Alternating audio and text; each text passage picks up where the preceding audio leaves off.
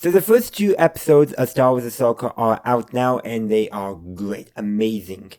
And this is going to be a quick spoiler-free section as my introduction to basically everything. But I will be saying, I'll be spinning off my each segment of this review, so each individual episode segment into its own review, and that'll be coming out tomorrow and the day after, so stay tuned for that. I'll be adding a little something as well, so it won't be entirely the same as this video, as I'll be focusing a little more on the episodes as a whole, but it will basically be a lot of the same stuff, but with some more specific stuff. But anyhow, going back to my review proper, like I said, the episodes were great and amazing. They, I think, very good job in translating the Rebels characters to live action, and also introducing to us where all these characters are at the start of the show. And I think they also did a very good job of setting up the stakes of the episode, what each character is after. So this is going to get into kind of spoiler section, but we definitely tell, Morgan Elsbeth, she was actually that character actually appeared in the episode of The Jedi as the Mandalorian, so I would say do watch that one if you wanted a little extra context, but they did a good job of setting all that stuff up where you don't need that to understand what's going on here, but still that was a good episode anyhow. But as I was saying, it's set up that basically she's looking for Thrawn. Why? Not quite sure. But we know that some of the characters that she's working with, well, some of them are, well, they're just wanting money. Some of them are they're wanting to restore the Empire. Some wanting power. All their character motivations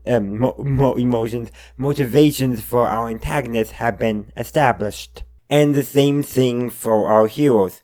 For Hera, it's definitely established in her canon. Sure, she wants to find Ezra, but more than anything, you can definitely tell she wants to potentially stop a second war with the return of Grand Admiral Thrawn. But you can definitely tell she also very much wants, well, Thrawn's out there, is Ezra still out there? Like, that's pretty much what she said as soon as she was caught up on this. Ahsoka's motivations may be a bit more clear, but again, I think a lot of it is still connected. Prevent the idea of another war and return of Grand Admiral Thrawn. But it'll be also, hopefully, finding Ezra. But with Sabine, her character motivations, it's not about finding Thrawn or stopping a war, it's about finding Ezra. It is without a doubt. That is what's motivating her character as set up in the first 2 episodes, without a doubt. And of course, they established other stuff, such as a conflict between Sabine and Ahsoka, that both comes from their own stubbornness, which actually makes a lot of sense. And I do hope they explore it more, but I'm going to be talking a little bit more about that in my individual episode segments. But like I said, they did a great job setting up all these character motivations, setting up the story, and should I even mention, it basically opened up with a crawl. Not quite the same, but more like, kind of a little bit, take Solo and the regular crawl, mash it together, and it was actually quite fascinating. Really, I did like another way of just opening up the story, setting the ground stage for anyone who's watching. And that's actually some of the stuff when they don't do an opening crawl that I miss, because, you can do it in different ways. Like, the Clone Wars have basically a news reel at the beginning of each episode. I do like it when, yeah, I guess, like I'm saying, I just like it when they do that, because that's something that's uniquely Star Wars. Well, not uniquely. George Lucas was inspired by the Flash Gordon serials. But the point still being, there's something about that just sets things up. Kind of stuff like, well, how are we going to solve in the story otherwise? But the audience doesn't need to know it. But like I said, they've done a great job with that. But let's actually move on to talking about episode 1, which is of course entitled Part 1, Master and Apprentice. And I think that title is actually twofold. We have the Master Apprentice of, I forget their names, but the antagonist, so a former Jedi student, and then, former Jedi, not student, but former Jedi, and then the person he's taken under his wing as his Padawan. I forget her name as well. That's probably my big thing, I always forget names. There's some reference to that, because they are the ones who spring Morgan Elsbeth from the New Republic, and also totally destroy the crew of an entire ship. Though I would say the captain of that ship, he was right to suspect that they weren't in Jedi. Well, he still probably shouldn't have let them on the ship. He called their bluff, but he was expecting them to be con artists, not, a fallen Jedi and his apprentice. So the captain did make a mistake there, but he was right. He just made the wrong judgment call. But you know what? He still, I think, overall, he made a good decision. Just how is he supposed to know it was going to be a fallen Jedi? I mean, that is hard to figure out. But it's also referring to Ahsoka and Sabine, because it is confirmed that Ahsoka did try to teach Sabine in the Jedi ways. Now, what motivates that we still haven't decided, we haven't been reviewed neither in this episode or in episode 2. Though I have a suspicion, but I'll talk about that when I talk about episode 2, because they talk more about their relationship in that episode as well. Because it's nice, I think, with the themes of that episode as well. But they definitely, I did like how they addressed that, and also, what I'm showing is that it fell apart because, like I mentioned earlier in my overarching review, is each individual character's own stubbornness. So basically, I think it fell down to they were unable to properly communicate with each other. That's my guess. But yeah, a lot of things are set up. I hope I'm not mixing the episodes up in my head, but like that we actually get to see Sabine duel against the fallen Jedi's apprentice, and she holds her own pretty well. I mean, she is an expert fighter, so it does make sense. And she was, as we'll find out, trained by Ahsoka as well, but she's still she's not using the Force during this fight, and she does lose, but at the same time, she's also probably a bit rusty. There's like her own Mandalorian arm was basically shoved off to the side, so it sounds like she hasn't been keeping up with her fighting, but for someone who hasn't been keeping up with her fighting, she did a pretty good job holding her own. Of course, she does get a pretty severe wound. Looks like she might be missing a liver now. But, she's taken to the hospital, and that's episode 2. But the thing is, basically, Ahsoka finds a map that might be leading the way to Thrawn. What's it do with maps for leading the way to characters? Like, sometimes it does make sense, like in the case of Luke, where they knew where he went, they just didn't know where that place was. But how is this map going to be leading to Thrawn? Like, did they suspect that, okay, the Purgo brought Thrawn to this place, so therefore we need to look for how to get to this place? I guess, but that's like my only qualms like that. Why do they know this map will lead them to Thrawn? I honestly hope they answer that. But perhaps, maybe something else is going on as well. Maybe it's Morgan Elsbeth has own plans and is just pretending to use Thrawn to advance her own agenda. I don't know, but I don't think so, but it could happen. But like I said, it's kind of weird, and I don't know how that map is actually going to lead to Thrawn, and why it's leading to Thrawn. Like, why do they suspect he's there? In the second part, the episode 2, entitled Part 2, Toil and Trouble, continues pretty much where Part 1 left off. Makes sense. I have a feeling that's how this series is going to be structured, very much like a Mandalorian is, with each individual chapter feeding into each next chapter. So that makes sense, but like I said, it picks up right away, and actually, Hera and Ahsoka go to Krella to basically investigate one of the former shipyards owned by Morgan Elsbeth. Was that the character's name, or was that the actor's name? Again, I can't remember. Should probably look this stuff up ahead of time. But anyhow, like I was saying, they investigate, and they're suspicious, which makes sense, and and they get really suspicious when they see a super big hyperdrive from a super star destroyer, and it's apparently classified, and Hera, being general, was like, I should know about this. And turns out the only person there who was being honest was one of the droids, because they also asked about one of the droids, and that's how they got the clue. And then one of the side characters literally screams for the Empire and starts shooting at them. Ahsoka disarms them, and there's a brief firefight, but and then the New Republic does come and arrest them. But the thing is, like, I think Hera asked the question, like, what caused him to be so loyal to the Empire? And Ahsoka says greed. I think that's who said that. I hope I didn't get them mixed up. But the thing is, basically the director of the facility, like, he pretty much said his loyalty is to his investors, i.e. who is paying him. So he basically told them up front, if you don't pay me more than anybody else, I'll be more loyal to you. They were warned in a sense. So basically the Empire or Imperial Line factions are paying these people good money to get parts.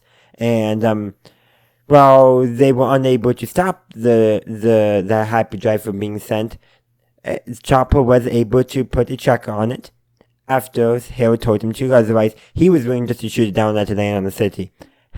Yep, Chopper still Chopper.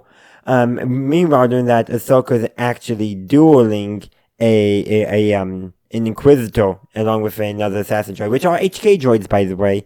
But an Inquisitor, we saw this Inquisitor, but like, what brings him here? Largely the Empire, search for power, like, what about it? More interesting questions that I hope we get explored later on. But yeah, during all this, Sabine's actually recovering, and there's a conversation she has with Hu Yang. So in case you don't know, Hu Yang is a ancient Jedi droid who basically helps instruct Jedi in building their lightsabers, and also helps them build it as well. He actually appeared in the Younglings arc of the Clone Wars. Nice to see him back. But anyhow, there's a conversation, and he does confirm what a lot of us were wondering, whether or not Sabine was Force sensitive or not. And what he says is, in all his experience, she has like the least, I don't think he said ability, but basically the least talent in the Force. Connective, I forget the exact wording, but basically confirms that she does not have any latent or natural ability in the Force. Of course, that doesn't mean it can't be learned, and maybe that's what's going to happen as her character develops.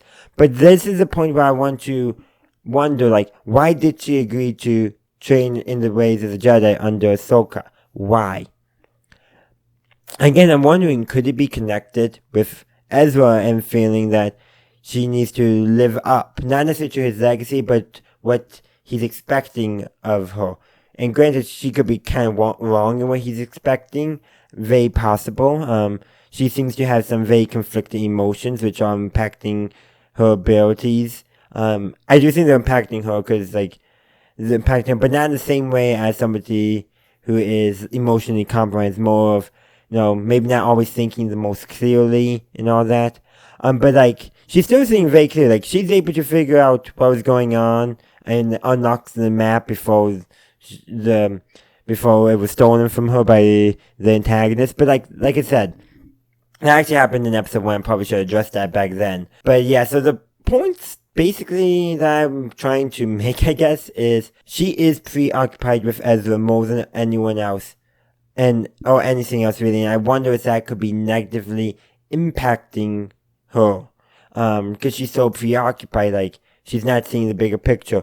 For example, in episode 1, sounds like it was like the anniversary of either the end of the Empire or the liberation of Saw. I don't remember exactly which, but for the Saw, practically the same thing, because the Empire never came back. Sound like they were actually reviewing the meal that we saw in Star Wars Rebels, and so Governor Rosati, from Rebels, by the way, nice that they brought him back, and he's still Governor of LaSalle. Sounds like he's revealing it, and Sabine's to be one of the speakers, but she ducks out and basically runs away from it. Again, I think preoccupied with Ezra and really doesn't really want to focus on anything else. But I do wonder if she was the artist for it. Probably so. But that's like I was saying, she seems to be very preoccupied with the past, and it seems to be holding her back. And maybe through her story development, her character development, she'll be able to let go, if you will, let go of what's holding her back. Not forget, not anything like that, but more of like, okay, this is a part of me, and I can live with it. More maybe something like that. Again, I'm not quite sure. There's a lot to be explored, but also near the end of the episode, she cuts her hair and puts her Mandalorian armor back on too. Also, that's another thing. How does she feel the fact that the Mandalorian people have been practically wiped out? Like, how does she feel about that? Is that going to play out onto her character story? So much going on, so many interesting things brought up in just these 2 episodes. It is really quite impressive, everything that they've thrown in here, and so much more to discuss.